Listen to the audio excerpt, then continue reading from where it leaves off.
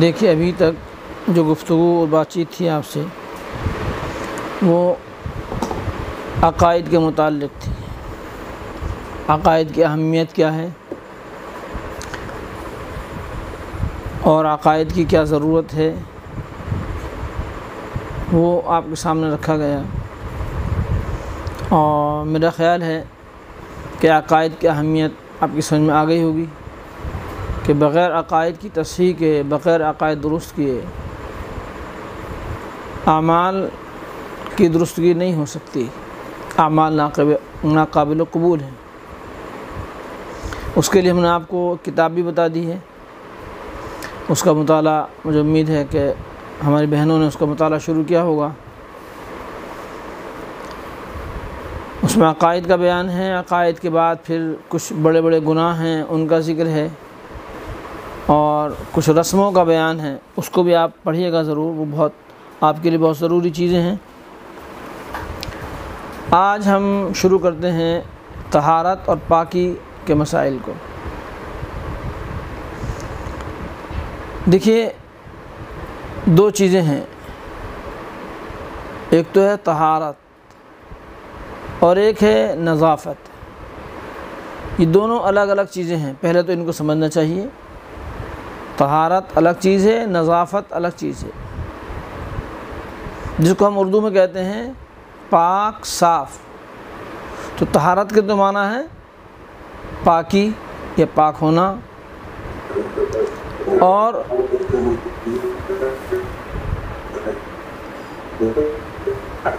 نظافت کے معنی ہے صفائی۔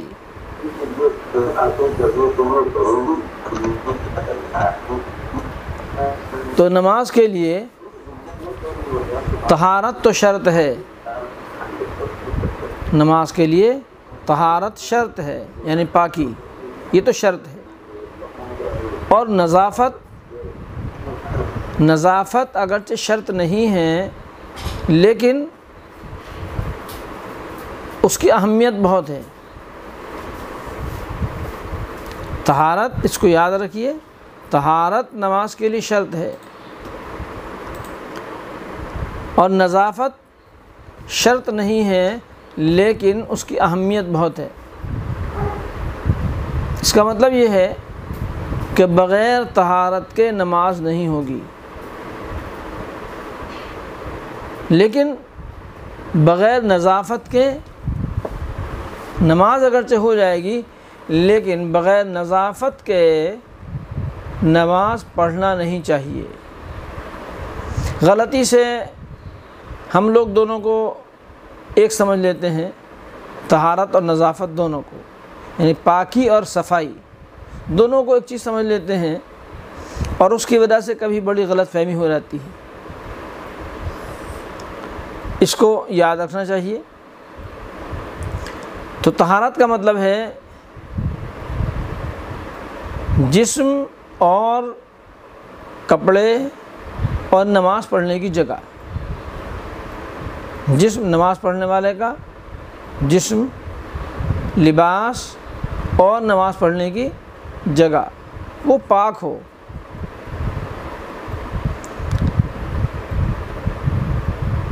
کپڑے اور نماز پڑھنے کی جگہ، ان کے پاک ہونے کا مطلب یہ ہے کہ جو ظاہری ناپاکی ہیں، جیسے پیشاب کا لگا ہونا، خون کا لگا ہونا، یا اور وہ چیزیں جن کو شریعت نے ناپاک قرار دیا ہے، ان میں سے کسی چیز کا لگا ہوا ہونا، اس سے کپڑا ناپاک ہوتا ہے۔ اور جسم کی جو ناپاکی ہے وہ دو طرح سے ہوتی ہے، ایک تو ظاہری ناپاکی ہے، یعنی وہی چیزیں جو کپڑے پر اگر لگ جائیں کپڑا ناپاک ہو جاتا ہے، خون ہے، پیشاب ہے، یا کسی کو منہ بھر کر قے ہو گئی، پلٹی ہو گئی، وامٹ،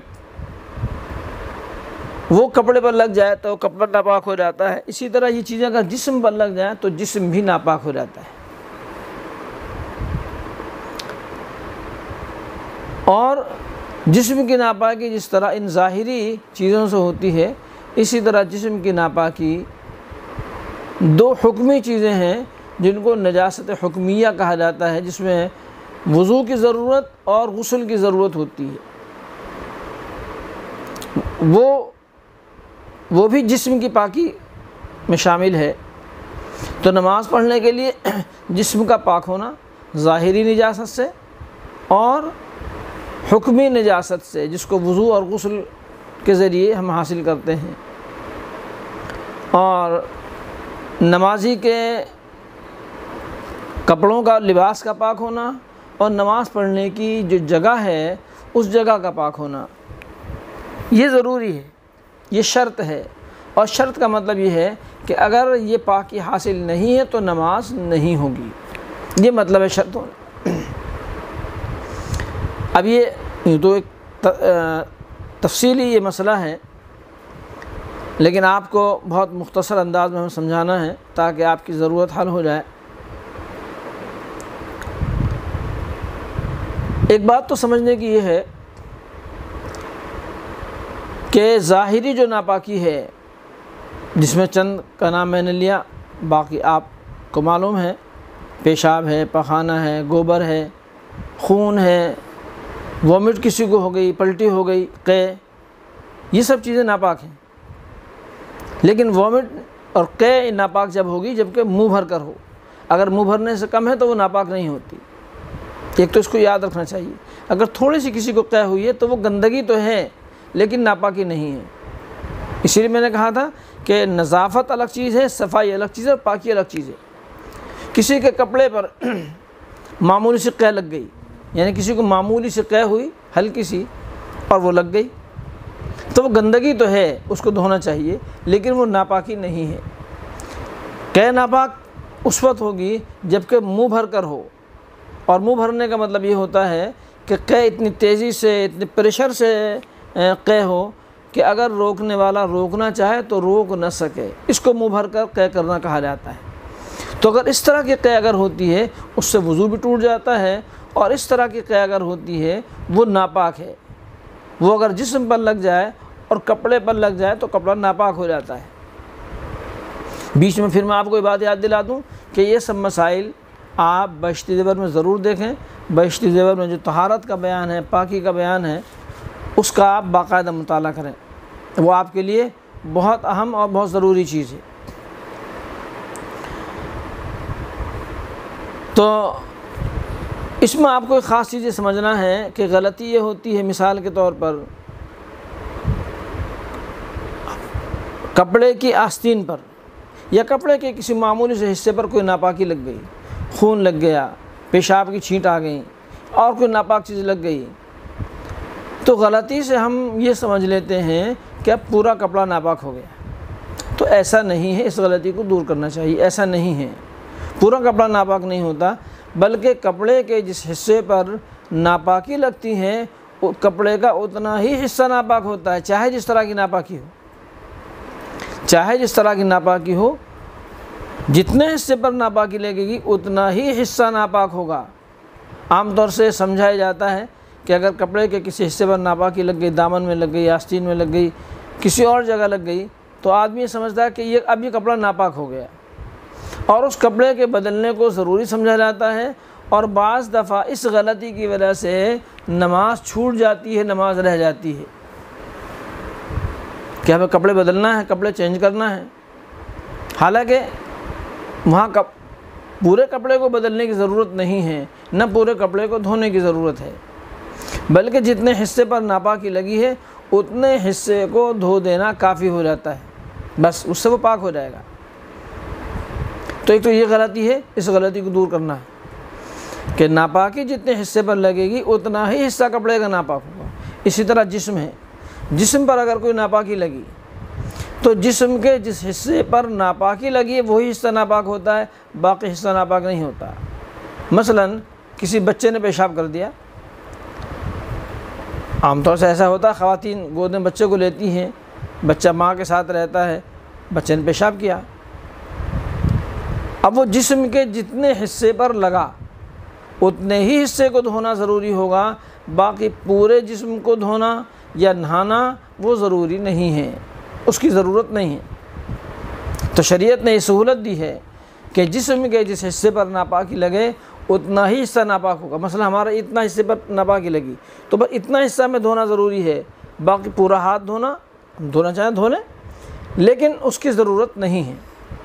اسی طرح کپڑے کے جس حصے پر ناپاکی لگی ہے، یہ بس یہ ہماری آستین ہے، اب اس پر اگر ناپاکی یہاں پر لگی ہے تو بس اتنے حصے کو پکڑ کر ہم اچھی طرح اس طرح دھو لیں کہ جو ناپاکی لگی ہے، خون ہے، گوبر ہے یا اور کوئی ناپاکی ہے نظر آنے والی، اس کو ہم نے اس طرح دھو دیا کہ وہ صاف ہو گئی، اور 3 بار کپڑے کو نچوڑ دیا۔ یہی پہنے بھی اگر ہم نے نچوڑ دیا تو کپڑا پاک ہو جائے گا۔ کپڑے کو اتارنے کی اور بدلنے کی کوئی ضرورت نہیں ہے۔ اس میں بہت زیادہ غلط فہمی، اس کو دور کرنا چاہیے، صحیح کرنا چاہیے۔ دوسری بات اسی سے متعلق وہ یہ ہے کہ کبھی ناپاکی لگتی ہے لیکن اس کا نشان باقی رہ جاتا ہے۔ مثال کے طور پر کپڑے پر خون کا نشان لگا، وہ خون جو کہ ناپاک ہو۔ یہاں بھی یہ بات یاد رکھنا، جس طرح میں نے آپ کو قے کے بارے میں بتایا کہ قے ناپاک جب ہوتی ہے جب کہ وہ منہ بھر کر ہو، اور اگر اس سے کم ہو، معمولی سے قے تو وہ ناپاک نہیں ہے، گندگی تو ہے، اس کو دھونا چاہیے لیکن وہ ناپاک نہیں ہے۔ اسی طرح سے خون وہ ناپاک ہوتا ہے جب کہ وہ اپنی جگہ سے نکل کر بہہ جائے۔ اگر خون اپنی جگہ سے نکل کر بہہ جاتا ہے تو وہ ناپاک ہے اور اس سے وضو بھی ٹوٹ جائے گا، لیکن اگر خون اپنی جگہ سے نکل کر بہنے والی شکل میں نہیں، آگے نہیں بڑھا ہے، تو اس سے وضو بھی نہیں ٹوٹتا اور وہ خون ناپاک بھی نہیں ہے۔ اس کو آپ یوں سمجھیے، مثلا ہمارے ہاتھ میں یہاں کوئی پھنسی ہو گئی، دانہ نکل آیا، اب اس دانے میں کبھی تو خون یا پیپ یا پانی اس کا اتنا نکلتا ہے کہ وہ یہاں سے نکلا اور اپنی جگہ سے اس کا جو سوراخ ہے وہاں سے وہ ہٹ گیا، بہہ گیا، اب اس سے وضو بھی ٹوٹ گیا اور جتنے حصے پر یہ لگا اتنا حصہ ناپاک ہو گیا۔ لیکن کبھی ایسا ہوتا ہے کہ اس کا جو اوپر کا حصہ ہے، منہ ہے، وہ چھل گیا، اور چھل جانے کی وجہ سے کپڑا ہمارا یہاں پر اس پر لگا اور ہٹ گیا، کپڑے پر معمولی سا نشان لگ گیا، خون وہ بس بہت معمولی سا ہے۔ اسی طرح پھر تھوڑی دیر کے بعد پھر وہ کپڑا لگا اور دوسری جگہ نشان لگ گیا، وہ خون بہہ نہیں رہا بلکہ صرف کھال پر صرف چمک رہا ہے، نظر آ رہا ہے، تو اس سے نہ وضو ٹوٹتا ہے اور نہ اس سے کپڑا ناپاک ہوتا ہے۔ تو یہ جو خون کے نشان ہیں، داغ ہیں، یہ خون کے نشان گندگی تو ہیں لیکن ناپاک نہیں ہیں۔ اگر نماز پڑھ لی کسی نے تو نماز ہو جائے گی، لیکن بہرحال گندگی اسے دھونا چاہیے۔ اسلام میں جہاں طہارت ضروری ہے وہیں اسلام میں نظافت بھی ضروری ہے، لیکن طہارت اور نظافت کا فرق ہمیں سمجھنا یہ بہت اہم ہے، بہت ضروری ہے۔ تو میں آپ کو بتا رہا تھا کہ کسی ناپاکی کا نشان اگر کپڑے پر لگا ہے، مثلا خون ہے، خون کپڑے پر لگا اور وہ اتنا لگا کہ وہ ناپاک ہے، بہنے والا خون لگا، سیال خون لگا، تو کپڑا ناپاک ہو گیا۔ اب ہم نے اس کو دھویا تو بعض دفعہ ایسا ہوتا ہے کہ خون کا جو جسم ہے، جو دل ہے، وہ تو صاف ہو جاتا ہے لیکن نشان اور دھبا باقی رہ جاتا ہے، تو وہ دھبا اگر باقی رہ جائے تو کپڑا پاک ہو جاتا ہے۔ جب ہم نے 3 بار اس کو اچھی طرح مل کر دھو دیا تو کپڑا پاک ہو گیا۔ داغ چھڑانے کے لیے صابن آپ لگا لیں، بہت اچھا ہے، لیکن اگر صابن نہیں لگایا اور صابن نہ لگانے کی وجہ سے اس کپڑے پر نشان باقی رہ گیا تو کپڑا پاک ہے، وہ ناپاک اب نہیں رہا۔ جب 3 بار آپ نے اس کو مل کر اچھی طرح سے دھو لیا، نچوڑ لیا، تو اب وہ ناپاکی نکل گئی اور وہ کپڑا پاک ہو گیا۔ یہ تو مسائل تھے کپڑوں سے متعلق۔ دوسرے مسائل ہیں جسم سے متعلق۔ جسم کا حکم بھی یہی ہے کہ اگر جسم پر کوئی ظاہری ناپاکی لگتی ہے، جن کا ذکر میں نے ابھی کیا، خارجی ناپاکی کوئی لگتی ہے تو اس کو 3 بار دھونے سے جسم پاک ہو جاتا ہے۔ جتنے حصے پر ناپاکی لگی ہے اتنے ہی حصے کو دھو لینے سے جسم پاک ہو جائے گا، نہانا ضروری نہیں ہے۔ ہماری بہت سی بہنیں اور بہت سے بھائی غلط فہمی میں ہیں کہ اگر ان کے جسم پر کچھ چھینٹ آ گئی تو وہ سمجھتے ہیں کہ اب ہمیں نہانا ضروری ہو گیا، اور اس وجہ سے وہ نماز چھوڑ دیتے ہیں۔ تو جتنے حصے پر چھینٹ آئی ہیں، جتنا حصہ ناپاک ہوا ہے، اتنا ہی حصہ دھونا ضروری ہے۔ پورے جسم کا دھونا اور پورے کپڑوں کا دھونا ضروری نہیں ہے، اس کو یاد رکھنا چاہیے۔ اب جسم کی ناپاکی کا جو دوسرا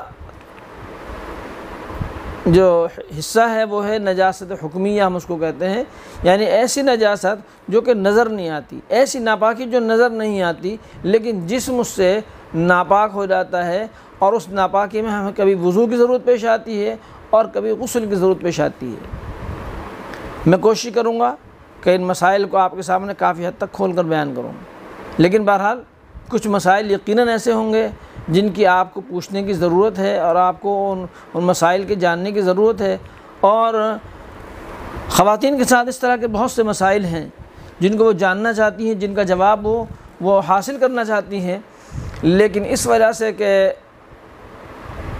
وہ از خود معلوم نہیں کر سکتی یا معلوم کرتے ہوئے شرم محسوس ہوتی ہے، تو ان مسائل میں ہمیشہ وہ کنفیوز رہتی ہیں۔ اس طرح کا کوئی مسئلہ اگر آپ کے ذہن میں ہے تو بعد میں اس کو بلا تکلف معلوم کر لیں۔ مسائل کے معلوم کرنے میں کسی قسم کی شرم اور حجاب نہیں ہونا چاہیے، اس کو یاد رکھنا چاہیے۔ رسول اللہ صلی اللہ علیہ وسلم سے صحابہ کرام کی ازواج، صحابہ کرام کی بیویاں بعض مسائل کو براہ راست معلوم کرتی تھیں، یعنی اپنے شوہروں کے ذریعے بھی معلوم کرتی تھی، اور کبھی کوئی مسئلہ بہت اہم ہوا تو براہ راست آپ کی ازواج کے ذریعے آپ کی بیویوں کے سامنے بیٹھ کر ان کو براہ راست بھی حضور علیہ السلام سے معلوم کیا کرتی تھی۔ تو اس کے اندر کوئی حرج اور کوئی برائی کی بات نہیں ہے، اور مسائل کے نہ جاننے کی وجہ سے بہت بڑی خرابیاں ہمارے اندر آ جاتی ہیں، اور مسائل نہ جاننے کی وجہ سے بہت ساری ہماری عبادتیں ضائع اور بیکار ہو جاتی ہیں۔ تو اس لیے کوئی سوال آپ کے ذہن میں جس طرح کا بھی ہو اس کو بلا تکلف معلوم کریں، کوئی حرج معلوم کرنے میں نہیں ہے، لیکن میں خود اپنے طور پر پوری کوشش کروں گا کہ جو مسائل ہیں پاکی کے ان کو پوری وضاحت سے آپ کے سامنے رکھوں۔ پہلے ہم شروعات کرتے ہیں وضو سے۔ تو وضو جن چیزوں سے کی وجہ سے فرض ہوتا ہے یا وضو ٹوٹ جاتا ہے، وہ چند چیزیں ہیں، ان کو بیشتی زیور میں بھی آپ دیکھ سکتے ہیں، تعلیم الاسلام میں بھی یہ چیزیں لکھی ہوئی ہیں، باقی بہت آسان چھوٹی چھوٹی کتابیں ہیں ان میں سب چیزیں لکھی ہوئی ہوتی ہیں، اور عام طور سے ہم سب ان کو جانتے بھی ہیں۔ وہ چند چیزیں ہیں، پخانہ، پیشاب اور ریاح کا خارج ہونا، اس کو سب جانتے ہیں، معلوم ہے۔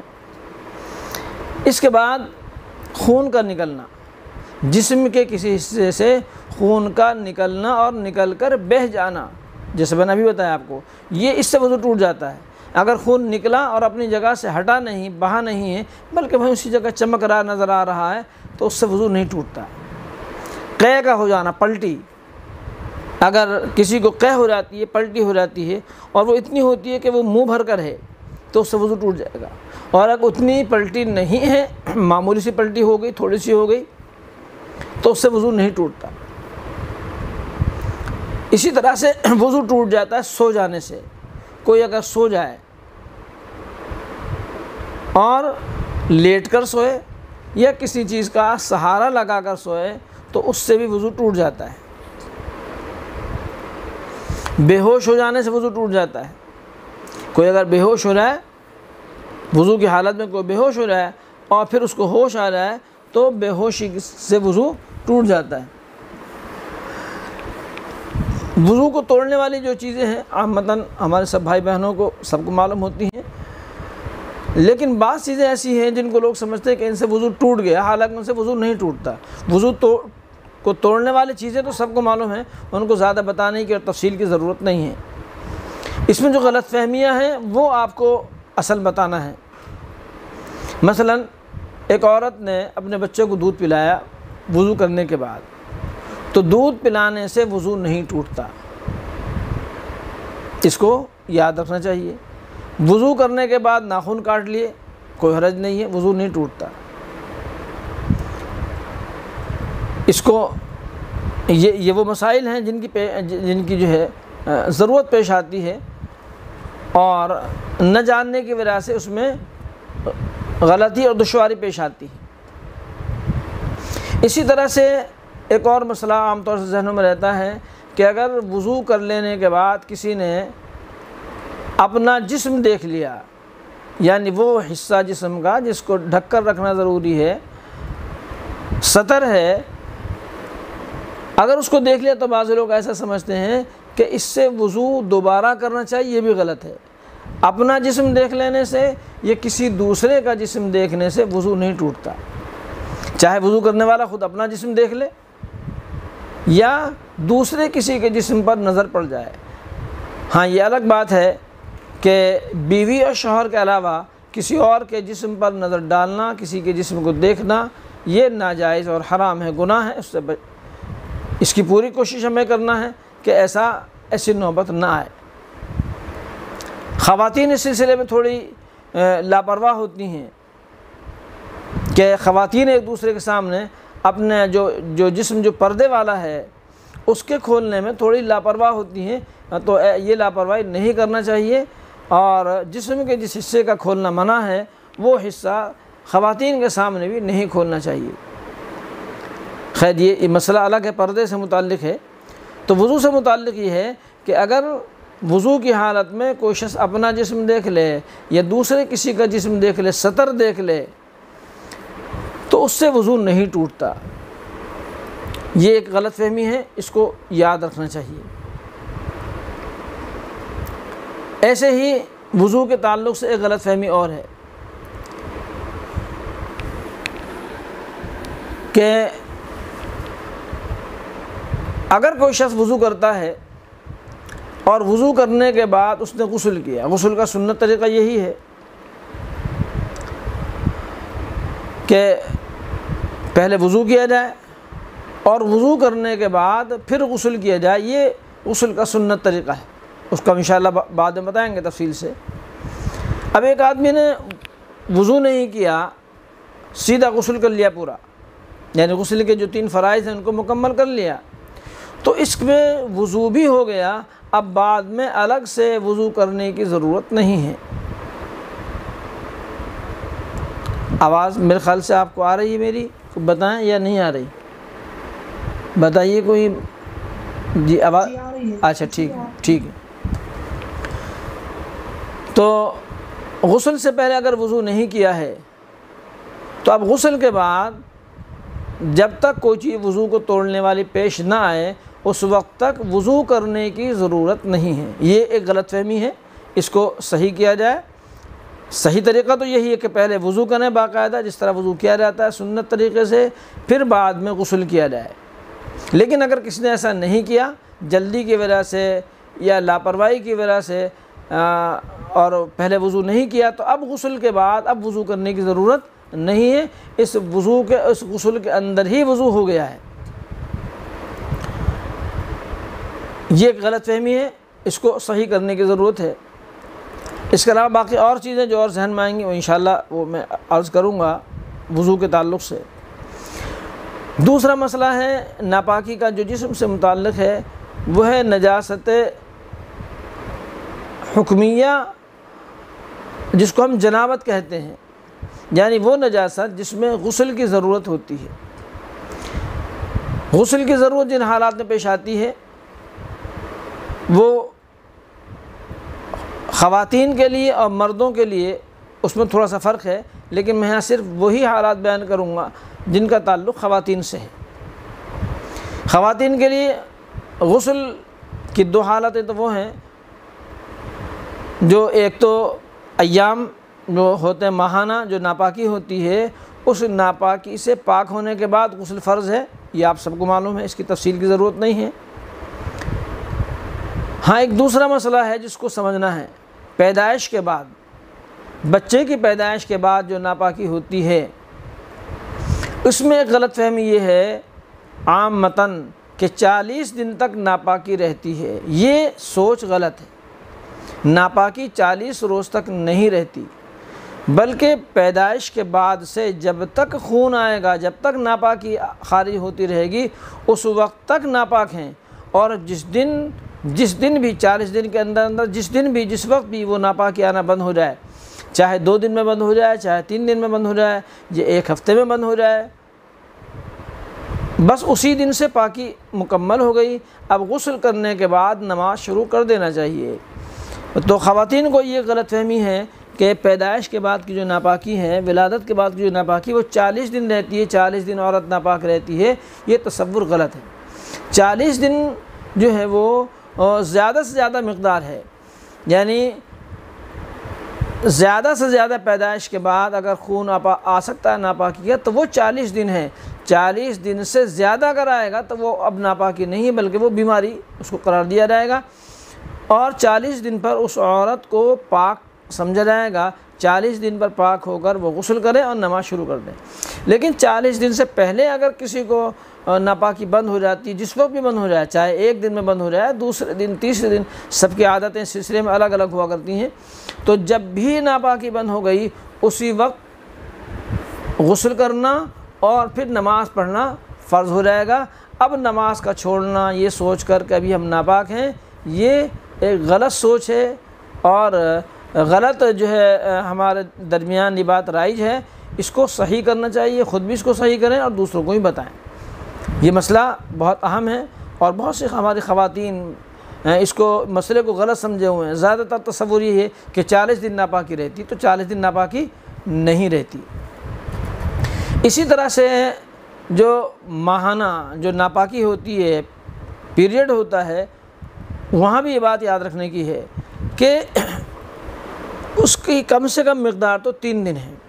3 دن سے کم اگر کسی کو ناپاکی ہوتی ہے تو وہ ناپاکی نہیں، وہ بیماری ہے، اس سے نماز معاف نہیں ہوتی۔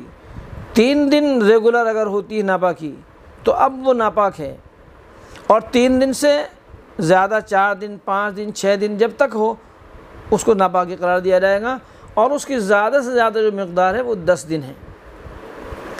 10 دن کے بعد یہ ناپاکی اگر کسی کو جاری رہتی ہے تو اب وہ بیماری ہے۔ اس کی تفصیل میں انشاءاللہ الگ سے بتاؤں گا، میرے خیال سے وقت شاید آؤٹ ہو گیا، دیکھنا معاویہ چل رہا ہے؟ اچھا، تو اس پہ بہت دیر سے آ رہا ہے رننگ آؤٹ، چل رہا ہے؟ اچھا ٹھیک ہے، مجھے بتا دینا کتنے منٹ باقی ہیں؟ 4 منٹ۔ ٹھیک، چلیے تو اس مسئلے کو آپ سمجھ لیجیے فی الحال کہ جو پیریڈ ہے اس کی کم سے کم مقدار 3 دن ہے۔ 3 دن سے کم اگر ہے تو وہ ناپاکی نہیں ہے بلکہ بیماری ہے، اور زیادہ سے زیادہ اس کی جو حد ہے، جو لمٹ ہے اس کی، وہ 10 دن ہے۔ 10 دن سے زیادہ نہیں ہو سکتا۔ 10 دن سے زیادہ اگر ہے تو وہ ناپاکی نہیں ہے، اس کے اوپر یہ جو پیریڈ کے جو شرعی احکام ہیں وہ جاری نہیں ہوتے بلکہ اس کے مسائل الگ ہیں۔ یہ آج کل خواتین کو بہت زیادہ اس مسئلے کو تفصیل سے جاننے کی ضرورت ہے، اور میں انشاءاللہ اس مسئلے کو الگ سے آپ کو تفصیل سے بتاؤں گا بھی۔ فی الحال آپ صرف اتنا سمجھ لیں کہ کم سے کم اس کی مقدار 3 دن اور زیادہ سے زیادہ 10 دن ہے۔ 10 دن سے زیادہ اگر کسی کو یہ سلسلہ جاری رہتا ہے تو وہ ناپاکی نہیں بلکہ وہ بیماری ہے، اس کا علاج کروانا چاہیے، اور 10 دن پر پاک ہو کر نماز پڑھنا چاہیے۔ اب 10 دن سے پہلے 4 دن میں ہو جائے، 5 دن میں، 6 دن میں، جب پاکی ہو جائے تو غسل کر لینا چاہیے۔ اب دوسرا مسئلہ یہ رہ جاتا ہے کہ اگر 10 دن پر پاکی نہ ہو تو کیا کرنا ہے؟ وقت ہے؟ اچھا، 10 دن پر اگر پاکی نہ ہو تو ہمیں کیا کرنا ہے؟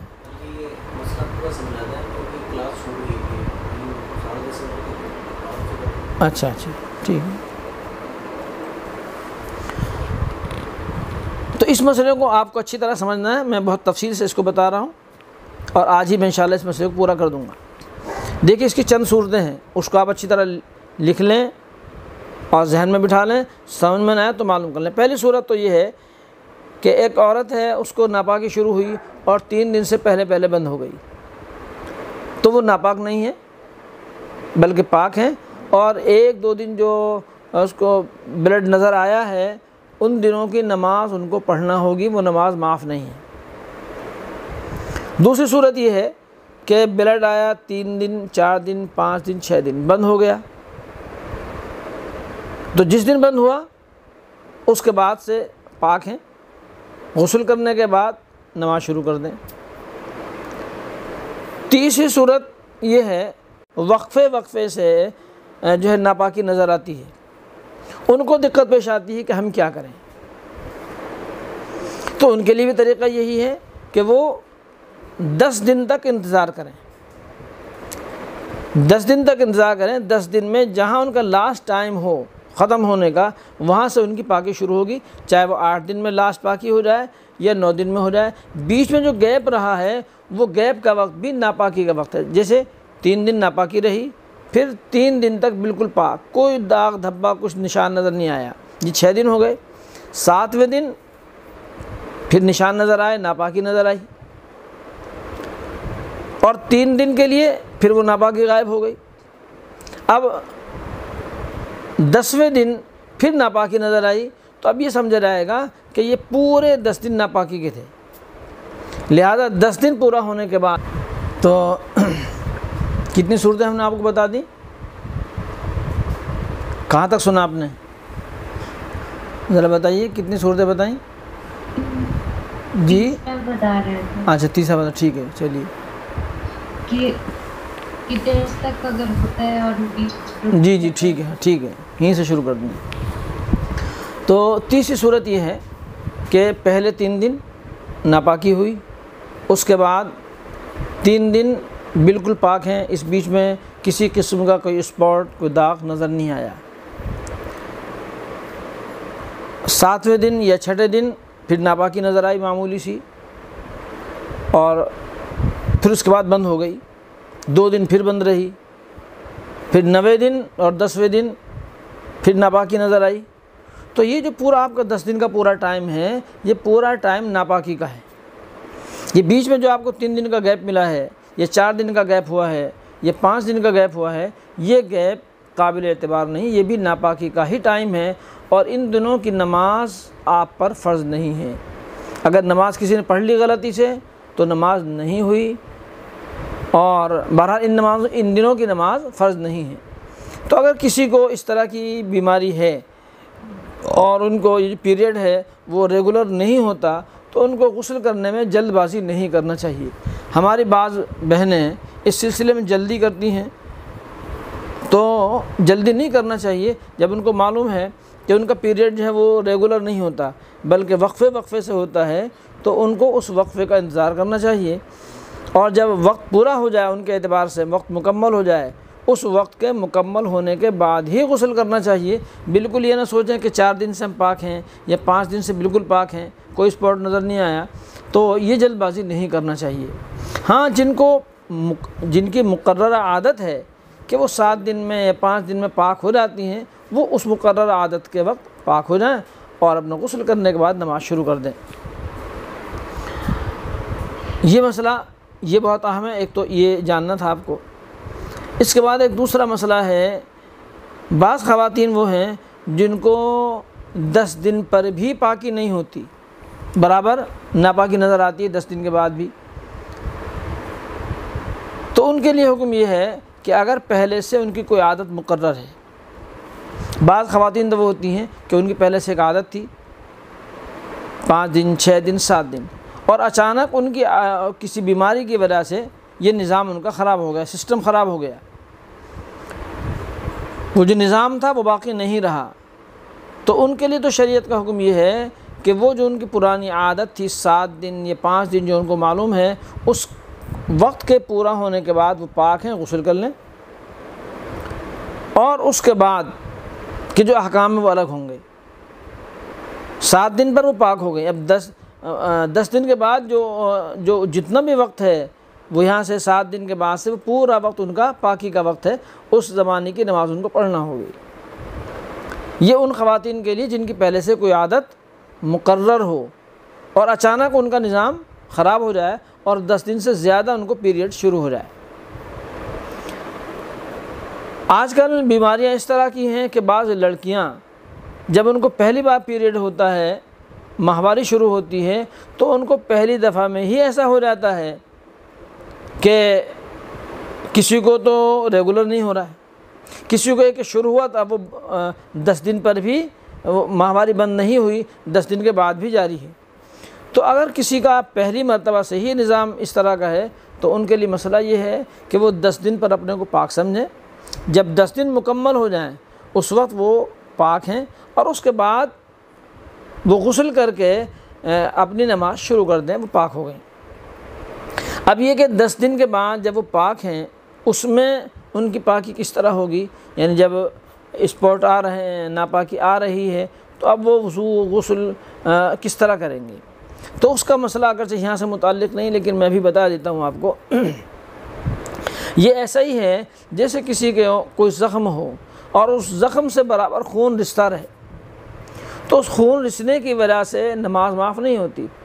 پھنسی پھوڑا کسی کو ہو جائے، کوئی زخم ہو جائے، اس میں سے خون نکلتا رہتا ہے برابر، تو اس وقت میں ہمیں کیا کرنا ہے؟ اس کا ایک ہی طریقہ ہے کہ اس پر کوئی پٹی رکھی جائے، کوئی کپڑا رکھا جائے، روئی رکھی جائے اور وضو کر کے نماز پڑھ لی جائے. یہی طریقہ ان حالات کا بھی ہے. اگر کسی کو یہ بیماری ہے کہ وہ بلڈ رکتا نہیں ہے اور برابر اسپاٹ آتے رہتے ہیں، تو ان کے لیے بھی مسئلہ یہی ہے کہ نماز سے پہلے استنجا کر لیں، اور استنجا کرنے کے بعد کوئی روئی یا کپڑا وغیرہ، سب خواتین جانتی ہیں کہ ان کو کس طرح کپڑوں کو استعمال کرنا ہے، وہ رکھ لیا جائے اور پھر وضو کر کے اسی حال میں نماز پڑھ لی جائے. اسی حال میں نماز ان کی ہو جائے گی. بس ایک خاص بات کا دھیان رکھنا ہے کہ ان کو ہر نماز کے لیے الگ وضو کرنا ہوگا. یعنی ظہر کے لیے انہوں نے وضو کیا تو یہ وضو ان کا ظہر کے آخر وقت تک چلے گا. عصر کی نماز کا وقت جیسے شروع ہوگا تو یہ وضو ان کا باقی نہیں رہے گا. عصر کی نماز کے لیے ان کو نیا وضو کرنا ہوگا. چونکہ بعض دفعہ ایسا ہوتا ہے کہ ایک وضو سے ہم کئی نمازیں پڑھ لیتے ہیں، لیکن جن کو اس طرح کی بیماری ہے وہ ایک وضو سے 2 وقت کی نمازیں نہیں پڑھ سکتے. اگر عصر میں وضو کیا ہے تو مغرب کا وقت شروع ہونے کے بعد ان کو وضو دوبارہ کرنا پڑے گا. یہ مسئلہ خاص طور سے یاد رکھنا ہے. ہاں، اس ایک وقت کے اندر تو جتنی چاہے نماز پڑھ لیں. مثلا مغرب کے لیے آپ نے وضو کیا، اب مغرب کے لیے وضو کرنے کے بعد آپ نے فرض نماز پڑھی، پھر آپ نے نفلیں پڑھی، جتنی چاہے آپ نفلیں پڑھیں، کوئی حرج نہیں. لیکن جب عشاء کا وقت شروع ہوگا اور وضو آپ کا باقی ہے، کوئی اور وجہ وضو کو توڑنے والی پیش نہیں آئی ہے، تو جب عشاء کا وقت شروع ہوگا تو اب آپ کو نیا وضو کرنا ہوگا. وہ جو پہلا وضو ہے آپ کا، وہ اب عشاء کا وقت شروع ہونے کے بعد اس سے نماز نہیں پڑھی جا سکتی. یہ خاص مسئلہ ہے ان خواتین کے لیے جن کو اس طرح کی بیماری ہے. تو میرا خیال یہ کہ کافی تفصیل سے میں نے اس مسئلے کو بیان کر دیا ہے، اس کو یاد رکھیں. اسی سے متعلق ایک اور مسئلہ ہے خواتین کا. بعض خواتین کو ایک بیماری ہوتی ہے لیکوریا کی، اور اس کی وجہ سے جو ہے جسم سے پانی خارج ہوتا رہتا ہے. تو اس پانی کو ہمارے بعض فقہا نے یہ کہا ہے کہ وہ ناپاک نہیں ہے. احتیاط تو یہ کہ اس کو دھو لیا جائے، لیکن اگر نہیں بھی دھویا گیا تو اسی حال میں اس سے نماز ہو جائے گی. اس کو ناپاک نہ سمجھیں. ہماری بہت سی خواتین ہیں جو اس لیکوریا کے پانی کی وجہ سے نمازیں چھوڑ دیتی ہیں اور یہ سمجھتی ہیں کہ ہم ناپاک ہیں. تو اس سے ناپاکی وہ ناپاکی نہیں ہوتی جس سے غسل فرض ہوتا ہے، بلکہ اس سے جو ناپاکی ہے وہ صرف اس حد تک ہے، اگر ہے تو صرف وضو کی حد تک ہے. اول تو فقہا نے اس میں اجازت دی ہے کہ لیکوریا کا جو پانی ہے اس کی وجہ سے وضو نہیں ٹوٹتا، اس لیے اس کو، یہ بیماری تو ہے، اس کا علاج کرانا چاہیے، اور گندگی بھی ہے. اس لیے میں نے آپ کو شروع میں بتا دیا کہ طہارت الگ چیز ہے اور نظافت الگ چیز ہے. تو نظافت کا تقاضا یعنی صفائی کا تقاضا تو یہ ہے کہ اس کو دھویا جائے، لیکن بہرحال یہ گندگی اور ناپاکی نہیں ہے، اس لیے اس کی وجہ سے نہ نماز چھوڑی جائے گی اور نہ اس کی وجہ سے وضو ٹوٹے گا. میرے خیال سے یہیں تک رہنے دیا جائے. اب آپ کے ذہن میں کچھ سوالات ہوں، باقی اس سے متعلق اور مسائل ہیں انشاءاللہ غسل کے، وہ آئندہ انشاءاللہ میں عرض کروں گا، بتاؤں گا آپ کو. ابھی سر دست اگر کوئی سوال ہے تو کر لیں، آپ معلوم کر لیں.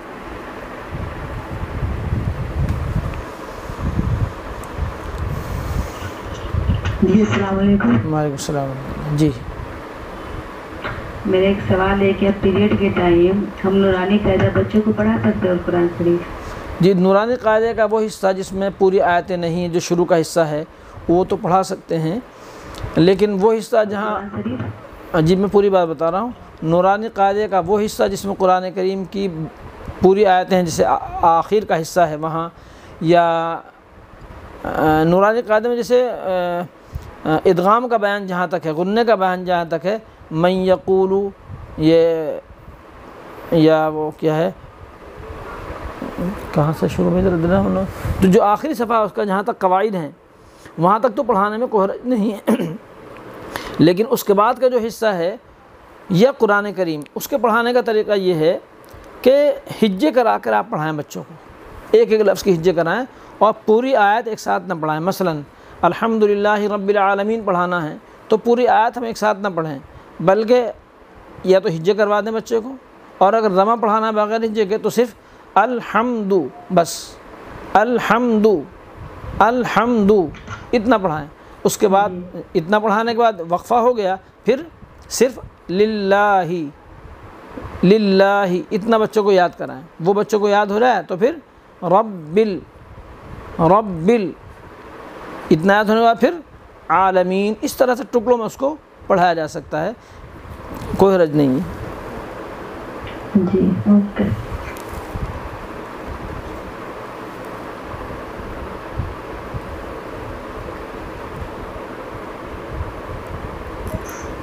السلام علیکم۔ وعلیکم السلام۔ جی میرا سوال ذرا اس موضوع سے ہٹ تھا، کیا لائف انشورنس کرانا جائز ہے؟ دیکھیے، لائف انشورنس کے مختلف حالات ہیں اصل میں، اور اس کو اس کے ایک کلی جواب نہیں دیا جا سکتا۔ سب لوگوں کے الگ الگ حالات ہیں، بعض کے لیے تو وہ کمپلسری ہوتا ہے کرانا قانونی طور پر، بعض حالات ایسے ہیں، اور بعض حالات ایسے ہیں کہ وہاں کمپلسری نہیں ہوتا لیکن وہاں ماحول کا تقاضا ہے۔ تو اگر اس طرح کی صورتیں ہیں تو کرایا جا سکتا ہے، لیکن اگر اس طرح کی صورتیں نہیں ہیں تو اصلاً تو بہرحال وہ منع ہی ہے شرعاً۔ لیکن کسی کی کوئی پرسنل کوئی اگر کوئی حالت ہے تو اس کو اگر آپ معلوم کریں تو جواب اس کا زیادہ صحیح ہوگا آپ کے لیے، کیونکہ آپ کا مقصد اپنی ذات کے لیے معلوم کرنا ہے۔ جی جی جیسے ہم لوگ جاب میں ہیں تو ٹیکس کو تھوڑا سا انکم ٹیکس کم کرنے کے لیے لوگوں میں لائسنس لے لیتے ہیں لائف انشورنس، تو کیا اس صورت میں لینا جائز ہوگا؟ آپ پھر سے بتائیے، اس میں انکم ٹیکس میں کچھ رعایت ملتی ہے آپ کو، کیا ہے؟ انکم ٹیکس تھوڑا سا کم ہو جاتا ہے، مطلب انکم ٹیکس جو کٹتا ہے اس میں کمی آ جاتی ہے لائف انشورنس پالیسیز لینے کی وجہ سے۔ جی ہاں، تو ٹھیک، ہاں کر سکتے ہیں، کر سکتے ہیں اس کے لیے، جی کر سکتے ہیں اس کو۔ اور ایک سوال اور تھا میرا، جی کیا اگر اس کا کوئی محرم رشتہ نہیں ہے تو کیا وہ اپنی رضائی اولاد کے ساتھ یا رضائی بھائی بہنوں کے ساتھ حج کے لیے جا سکتی ہے؟ رضائی بھائی بہن تو جو حقیقی بھائی بہن ہیں انہی کی طرح ہیں، جی جی وہ تو محرم ہیں، رضائی بھائی بہن جو ہیں وہ محرم ہیں، یہ بات ٹھیک ہے، لیکن حالات کیا ہیں، جانے والا کون ہے، کیا عمر ہے، ان سب حالات پر نظر رکھنا وقت کے اعتبار سے وہ ضروری ہے۔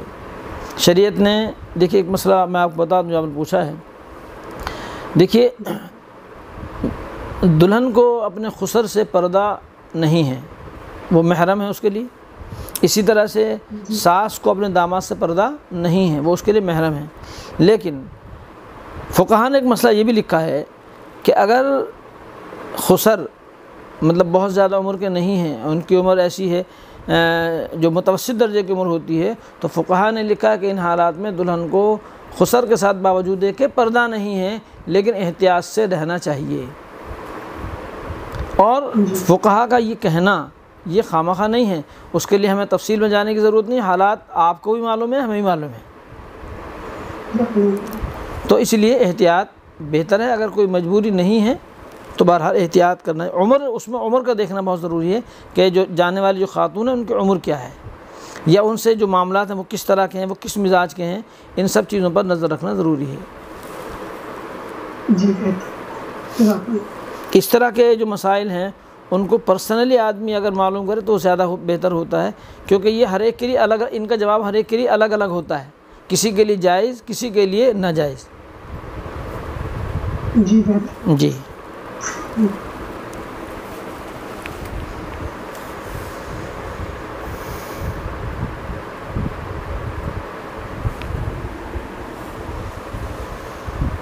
جی اور سوال کسی کا کوئی؟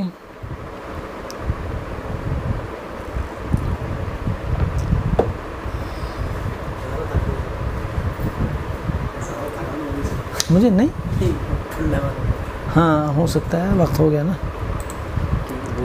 چلیے ٹھیک ہے، اب یہ مسائل آپ کے شروع ہوئے ہیں پاکی کے، اس سلسلے میں کوئی بھی سوال اگر ذہن میں ہے تو آئندہ اس کو یاد رکھیے گا، انشاءاللہ اس کو بتا دیا جائے گا، ٹھیک ہے۔ السلام علیکم ورحمۃ اللہ۔ چلو جی